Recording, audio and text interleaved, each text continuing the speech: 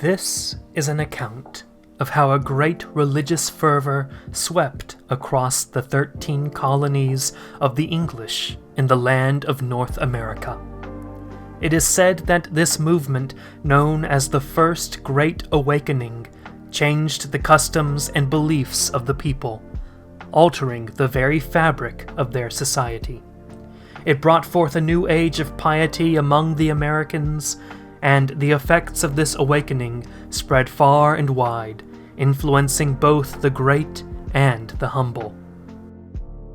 By the reign of King George II of Great Britain, the fervor of religious devotion among the Americans had waned, though its decline manifested differently across the various regions. To the northern reaches of the 13 colonies lay the lands of New England, founded by the Puritans who adhered strictly to the Calvinistic tradition and established the Congregational Church as their guiding light. In those early days, the Congregational Church wielded great authority, and the religious fervor of the New Englanders was unrivaled. But in time, as often happens, the strength of conviction that had first united these people began to falter. The Puritans, in their great love of learning, had founded many colleges and universities. These institutions, though dedicated to the instruction of the young, did not remain isolated from the wider world. They exchanged ideas with the old homeland, and thus the winds of the scientific revolution and the liberal philosophies of the Enlightenment made their way across the ocean. And so it happened that the very centers of learning, once bastions of Puritan zeal, became places where secular doctrines were discussed and the teachings of religion were questioned. Moreover, the New Englanders, engaged in commerce and trade, were compelled to interact with people of different faiths, English Anglicans and French Roman Catholics among them. The younger generations, seeking prosperity and the advantages that trade could bring, began to see the benefit of softening their strict beliefs. It was whispered that to succeed in this world, one must not hold too tightly to the old ways. Thus, by the first decade of the 18th century, the Congregational Church, once so infamously fierce and unyielding, had grown weary. The zeal that had driven the New Englanders had dimmed, and both ministers and laymen seemed to lack the fire they once possessed. Truly, the salt was losing its savor, and the people of New England found themselves at a crossroads. The Middle Colonies were founded by the Quakers, a people known for their open minds and for their belief that all men are created in the image of God. Unlike the stern Puritans of New England, the Quakers welcomed religious diversity, allowing many beliefs to flourish in their lands.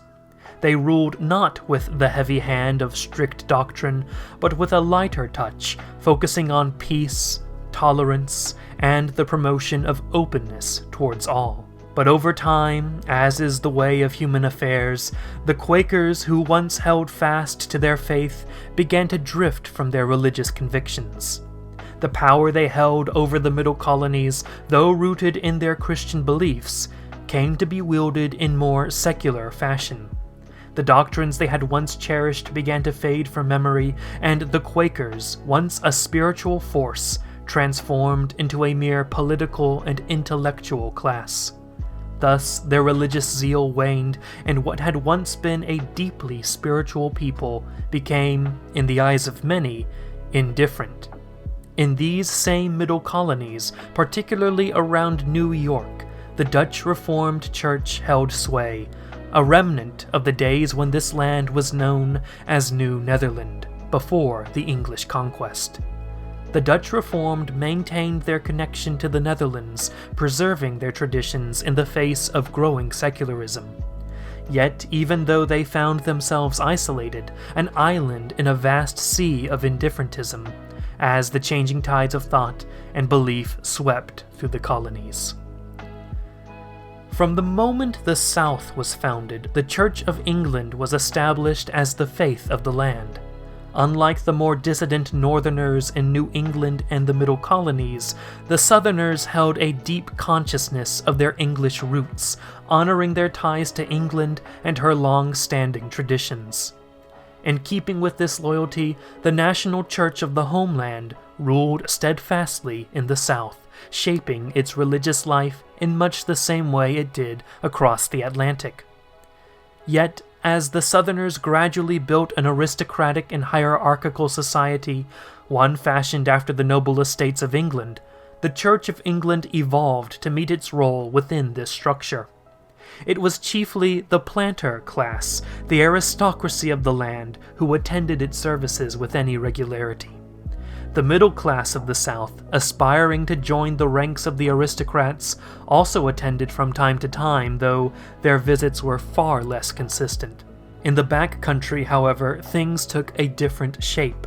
The people who lived there were mostly Scotch-Irish, and while some adhered to the Church of England in their identification as being of North English stock, others held to the Presbyterian faith, the faith of their Scottish lowlander ancestors. But whether Anglican or Presbyterian, the backcountry folk held to a more mystical form of religion, one rooted in the trials and hardships of their daily lives and with a spiritual continuity with the old ways of the Celts. They often called upon the Lord, but their faith was less bound by the creeds and hierarchies that structured the religion of the planters. The backcountry yeomen, living a simpler and more rugged life, accepted their lot with faith in God and providence, and though they sought divine favor, they showed little interest in the formal doctrines of the organized church. Such was the religious and social climate that prevailed in the various lands of the 13 colonies during the early years of King George's reign.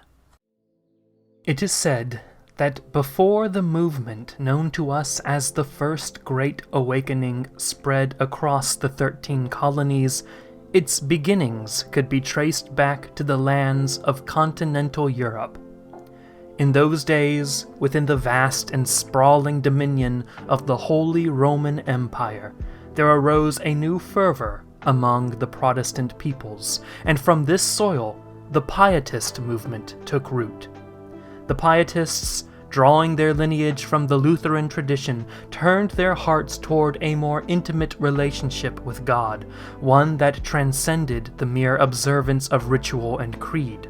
The message of the Pietists was one that resonated among the common folk across the empire, farmers in the countryside and urban laborers, who sought solace in the simplicity of personal piety. Their preachers spoke not to the minds of men, but to their souls, calling for a mystical union with the divine that surpassed any form of learned theology. In their gatherings, the emotions of the people were stirred, their spirits drawn toward a deeper sense of devotion, for it was not the correctness of one's belief that mattered, but the sincerity of one's heart and the purity of one's actions. Thus it was in this way that the movement began to take shape. What we now call the First Great Awakening first flourished within the boundaries of Europe, where the call to reform one's conduct and renew personal faith spread across the land. Such, then, was the origin of this awakening, long before it crossed the seas to the English colonies in the New World. Now, it came to pass in the later years of the reign of King George I that the Quakers, who held sway over the Middle Colonies, began to search for skilled laborers to strengthen their growing society. As was their custom, they welcomed a large number of migrants from foreign lands with open hearts, valuing open-minded and culturally tolerant reciprocal freedom above all else. Hearing of this, many Protestant Germans from the Holy Roman Empire took up the invitation and journeyed to the backcountry regions of Pennsylvania and New York, seeking the religious freedom the Quakers promised. Among these migrants were the first Pietists of the Middle Colonies, men and women who brought with them a fervor for personal piety and a deep desire to live in communion with God. Thus it was that the seeds of the first Great Awakening were first planted in the American colonies. In those days, a man named Theodor Jakob Frelinghuysen, himself a German born in the Netherlands, came to Pennsylvania and New Jersey as a minister in the Dutch Reformed Church. Frelinghuysen, stirred by the same spirit that moved the Pietists, began to journey from church to church, preaching with great fervor. His sermons were full of rousing and emotional passion, calling upon the German settlers to awaken from spiritual slumber and embrace the urgency of salvation, and to spread the word to their American neighbors, with whom they shared the colonies. Many were moved by his words, and they in turn spread this message of revival throughout the land. Around a decade later, there arose in the Middle Colonies a certain William Tennant, a Presbyterian of Scottish descent, who had crossed the seas to seek a new life in the Middle Colonies. Along with his son Gilbert, Tennant took up the methods of Frelinghuysen and preached with equal passion among the Scotch-Irish who had settled the back country. With the rise of the Tennants, an American-born Pietist movement had formed. Through their efforts, the spirit of revival grew stronger, and soon the awakening of faith spread northward into the region of New England, where it would leave a lasting mark.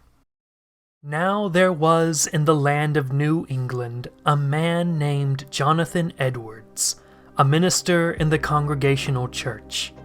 He was famed for both the brilliance of his mind and the depth of his religious fervor.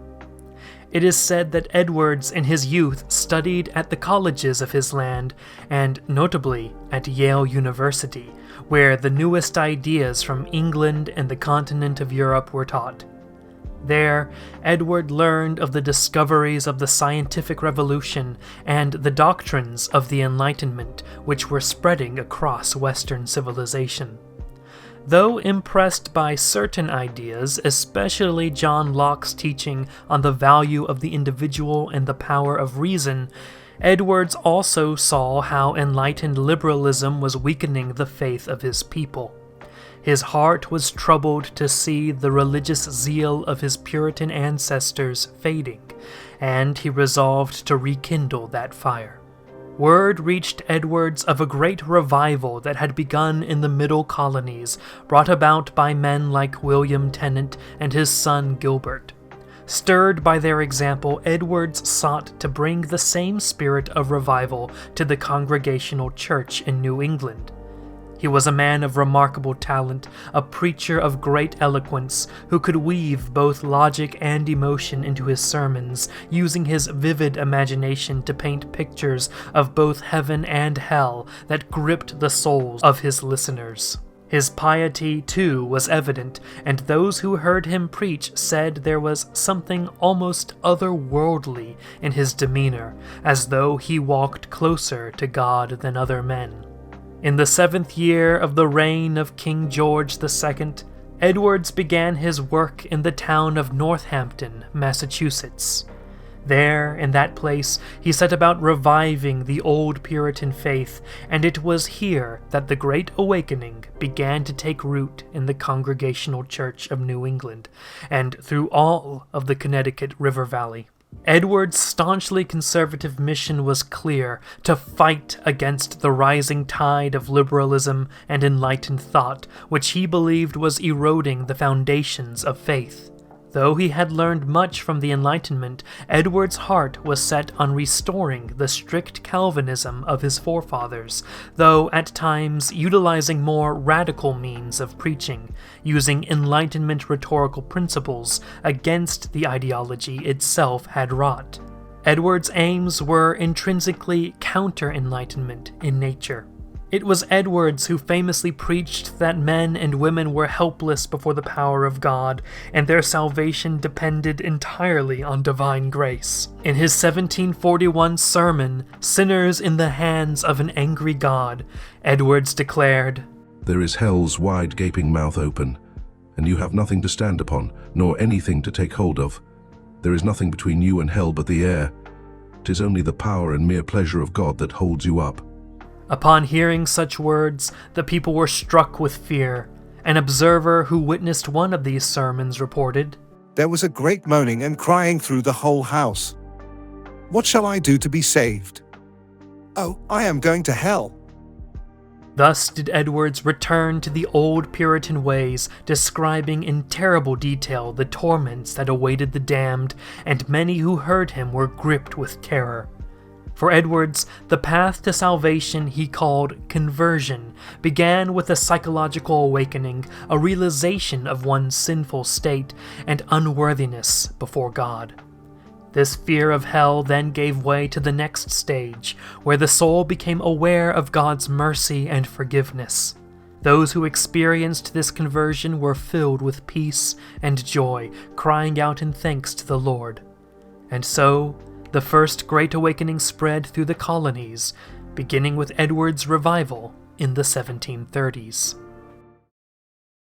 In the days when Jonathan Edwards was laboring to restore the faith of the New Englanders, there arose in the town of Gloucester in England a man named George Whitefield, whose fame would soon spread across the seas.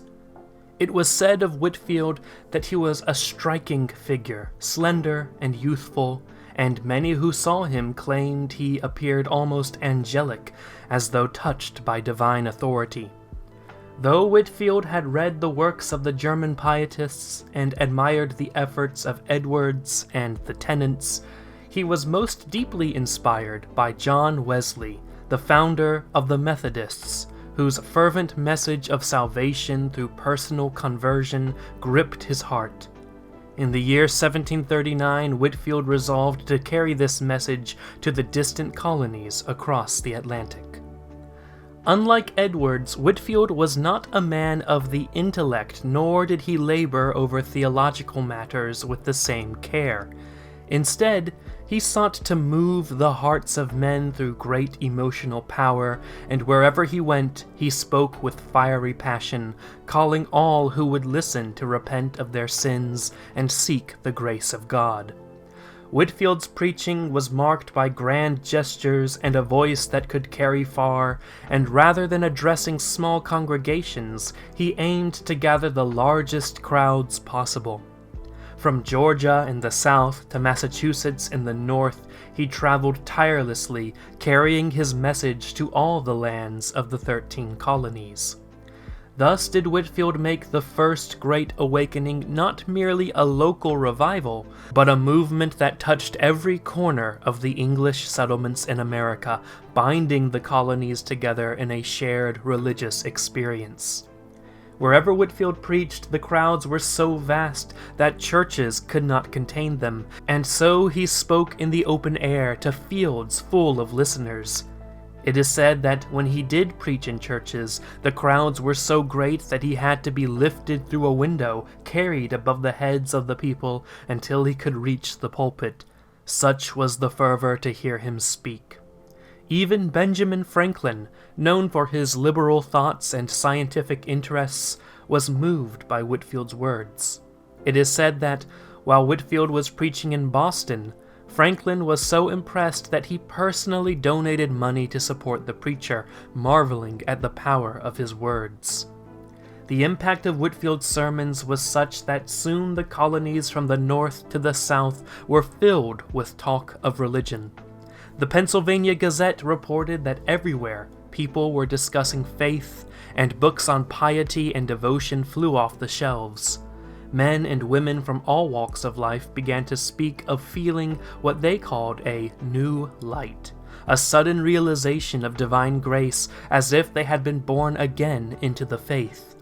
These new lights, as they came to be known, carried Whitefield's message far and wide, spreading it even to the most distant towns and villages.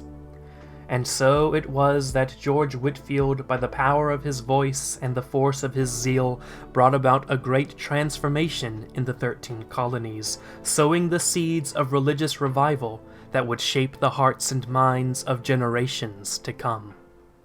In New England, the First Great Awakening found adversaries from two camps. the conservative clergy of the Puritan fold, and the liberal scholars of its universities.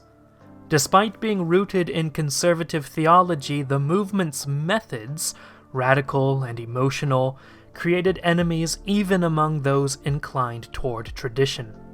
Thus, the Awakening became a tool that both agitated conservative forces and allowed for liberalism to stir in religious life. The preacher Whitefield, who traveled far and wide, held that none were Christians without the experience of an emotional conversion. His words unsettled many, for this experience was unknown to most, and he declared those without it still mired in sin. His attacks on the liberal colleges brought him the ire of the learned and powerful. So it was that in New England, the Awakening took on the guise of a class struggle, a means by which the lower folk sought liberation from the established clergy and their educated rulers. But Whitefield's excesses, his followers' claims of miracle working and speaking in tongues, and the convulsions at their gatherings found criticism not only from the high, but from the common folk as well. Women, too, were given voice in their churches, a thing not looked upon with favor. The Congregationalists who followed Whitefield's teachings came to be called New Lights, and those who opposed him were the Old Lights. In Connecticut, the Old Lights pressed forward laws to silence New Light preachers, preventing them from speaking to congregations unless the local minister granted them permission to do so. By 1744, Whitefield found many pulpits closed to him. Yet, the New Lights persisted, their number including farmers, women, and artisans.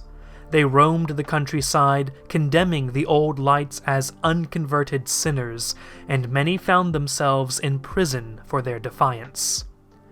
From the schism between the New and Old Lights came new congregations. The New Lights left the established Congregational Church, where ministers were supported by the people's taxes, and formed independent churches that sustained their clergy through voluntary means.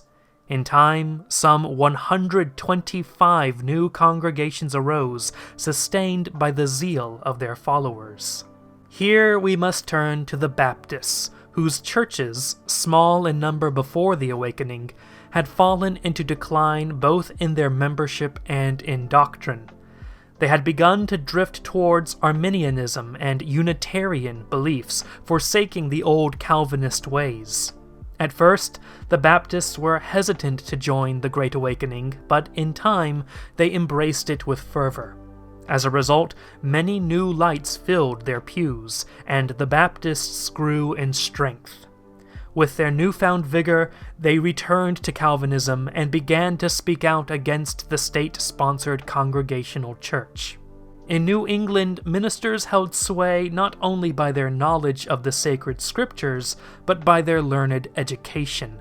Yet in 1740, the New Lights declared, through Gilbert Tennant, that ministerial authority was not born from study, but from the conversion experience itself. A man's learning and understanding of the scriptures was of little consequence if he had not felt the stirrings of grace, while even the most humble and illiterate could minister if they had known such a conversion. This echoed the words of Martin Luther, who had long ago spoken of the priesthood of all believers. Though emerging from theological roots, this philosophy synthesized well with the Enlightenment ideas floating around the context of New England. The first Great Awakening was establishing a spiritual democracy. The power of the Awakening lay in this democratization, for even European travelers remarked on the tendency of rural Americans to offer their opinions freely and without hesitation. At the same time, the movement resisted the materialism of the younger merchants. In the countryside, where New Light followers were numerous, the movement upheld old communal values and set itself against the money-grabbing practices of merchants and land speculators from the cities who sought gain at the expense of their neighbors. The voice of Jonathan Edwards could be heard in defense of the rural folk against the merchant class, and thus the awakening became not only spiritual, but a defense of the traditional life. New institutions of learning followed the awakening, built to train young men in the ways of the new faith and to distance themselves from the ideas of the enlightened colleges. The Presbyterians of the New Side, which we will speak of later, founded Princeton in 1746. The Great Awakening Anglicans established King's College in 1754, the Baptists created Brown in 1764, and the Dutch Reformed formed Rutgers. In the wake of the awakening, the renewal of religious fervor in New England brought with it a revival of anti-Roman Catholic sentiment. Jesuit missionaries among the northern tribes had long been a thorn in the side of New England's settlers, and now, as Indian raids renewed, the people of New England looked towards these Roman Catholic priests as instigators of violence. Meanwhile, the Presbyterians too found themselves divided by the awakening, splitting into Old Side and New Side factions. For 17 years, from 1741 to 1758, the Presbyterians held their differences in separate synods, though by the latter year a compromise had been reached and unity was restored. That even the Presbyterians, who had the most effective intercolonial organization of all the American Protestants, were divided by the awakening, speaks to the movement's deep and lasting impact. Now, it is said that in the Middle Colonies, the people were diverse in their beliefs, and the religious movements that swept through the land did not leave all men equally stirred. For we must consider three forces at play, and the manner in which the Great Awakening touched each one differently. Indeed, the effects of this movement were curious and unexpected, for though it was born from conservative roots, it led in many cases to the rise of liberalism in the region. Such are the ways of human affairs, that what begins in one spirit often ends in another. The first group to consider are the Scotch-Irish Presbyterians, who had made their home in the back country, in places like Pennsylvania. These people were sturdy and independent, having come from lands of hardship and struggle. The Great Awakening, when it reached them, brought about changes much like those seen in New England, for the Presbyterians in both regions were divided along the lines of which we have spoken earlier. Now, the Quakers of the Middle Colonies, though numerous, were little moved by this wave of revivalism. These people, known for their quiet piety, did not embrace the emotionalism that was the hallmark of the Great Awakening. Their worship was still contemplative, centered on the inner light they believed all men carried within. And so they remained apart from the tumult of the revivals, watching as others were swept up in the fervor, yet not joining in themselves. It was said that their calm demeanor did not mix well with the passionate outbursts of the revivalists, and so the Quakers held their ground. Elsewhere, the Dutch Reformed Church also was touched by the movement, but in a different manner. These people held a faith that was deeply conservative, yet in the New World, new ideas began to creep into their churches. The New Lights, those who embraced the revival, began to reject the doctrines that had long been held sacred by their forefathers, and so a split occurred, dividing the church between those who held fast to the old ways and those who sought to bring in a new spirit of liberalism. Thus we see again how the Great Awakening, though born from conservative impulses, led in many places to the growth of more liberal ideas. And in the end, we find that the Great Awakening in the Middle Colonies served to highlight the differences between men, between the liberal and the conservative, the emotional and the reserved, the traditional and the new. Such was the nature of this movement that it sowed both unity and division, stirring the hearts of men in unexpected ways, and leaving a lasting mark on the religious landscape of the land. Now, it is said that the South also became a fierce battleground of faith when the First Awakening came upon it.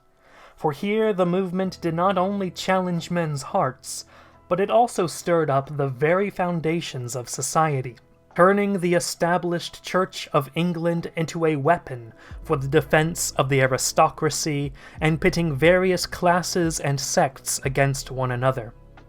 Now, George Whitefield, who had been ordained in the Church of England but paid little heed to the holy orders of that church, nor to its canons, though his teachings were met with strong resistance from conservative Anglicans, both clergy and laymen alike, Whitefield's zeal only increased.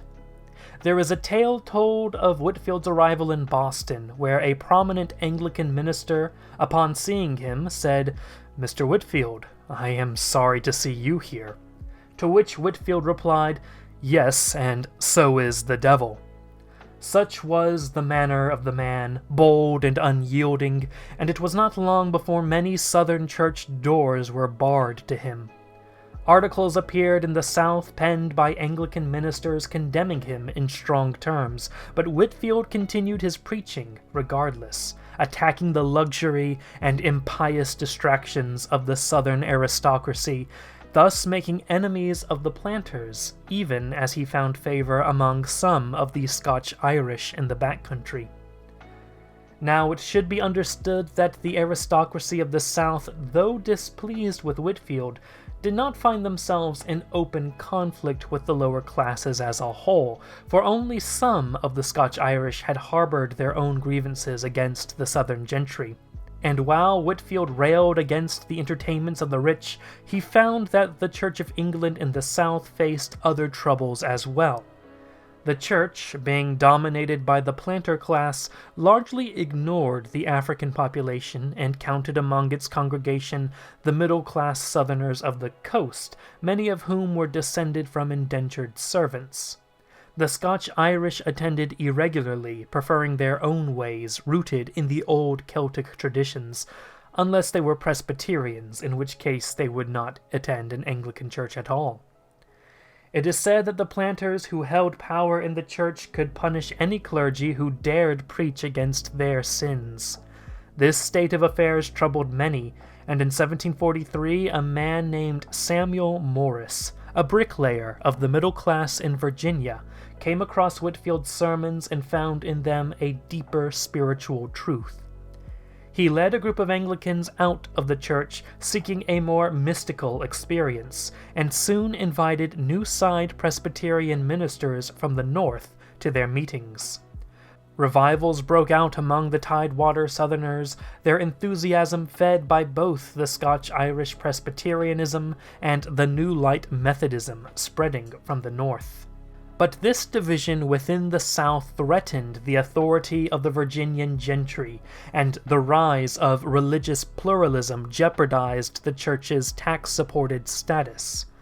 Governor William Gooch, an aristocrat from East Anglia, denounced the new side faith as deluded, and the Anglican justices closed the meeting houses of the Presbyterians. Despite this, many poor and middle-class families, especially those who found Presbyterian sermons uninspiring, remained Anglican, though the Baptists from New England soon made inroads among them. By the 1760s, the Baptists from the North, with their humanitarian spirit, reached out to the poor people of the South, preaching a democratic and enthusiastic message that resonated with those weary of the planters' dominance. Thousands of Southerners became Baptists, drawn to their call for born-again experiences. The Baptists even welcomed the slaves, in line with how Whitefield, in his earlier journeys to the South, had encouraged the planters to bring their slaves to his sermons. But in those days, the Southern middle class turned against Whitefield, and the social order of the region was put at risk, and besides the point, the African slaves preferred their own native faiths from their homelands. But by the 1760s, American-born Africans in Virginia became more receptive to the Baptist message, which preached the equality of all men in the eyes of God. The House of Burgesses, however, did not share this view and imposed fines on Baptist preachers who spoke to slaves without their owners' permission.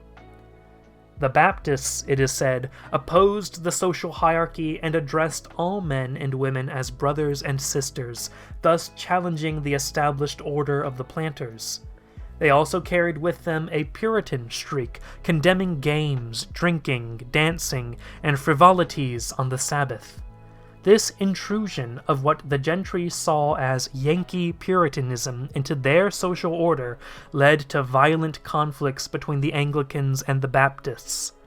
But despite these clashes, the Baptists grew stronger in the South, and by 1775 they counted 15% of the population of Virginia among their number. Some even took to cutting their hair in the manner of Cromwell's Roundheads, signifying their defiance against the old order. And though the Baptists preached equality before God, the leadership of their churches remained in the hands of freeborn men. The Anglican Church still held the reins of the political system, but the Baptist insurgency gave the poor spiritual meaning and empowered yeomen to defend their economic interests. Even the division between blacks and whites began to shrink as more African Americans became Christians, and humanitarian ideology was promoted and spread among the newly illumined. Whitefield himself had established an orphanage in Georgia, and his promotion of sympathy for the unfortunate led to better treatment of servants, slaves, and even efforts to convert the American Indians to Christ. And yet it must also be said that while the Church of England opposed Whitefield, it also benefited from the Great Awakening. For many who rejected the emotionalism of the New Lights found refuge in the more conservative embrace of the Church, swelling its ranks. Such were the strange workings of the First Great Awakening that it brought both division and renewal to the southern colonies, leaving its mark on all who encountered it. Thus, the First Great Awakening brought about a great transformation, reshaping the society and renewing the religious zeal of the 13 colonies.